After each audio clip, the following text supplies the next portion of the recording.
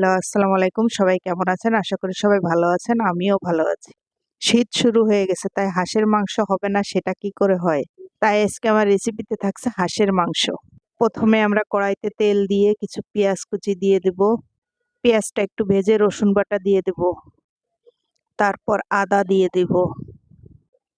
আদা দেওয়ার পরে দিয়ে দেব জিরে বাটা। হাঁসের মাংসের মশলার পরিমাণটা একটু বেশি দেওয়া লাগে। জিরে বাটা দেওয়ার পরে এবার ধনিয়া গুঁড়া দিয়ে দেব।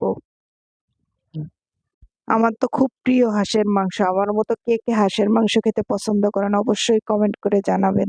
মরিচ গুঁড়া দেওয়ার পরে এবার একটু লবণ দিয়ে দেব, হলুদ দিব।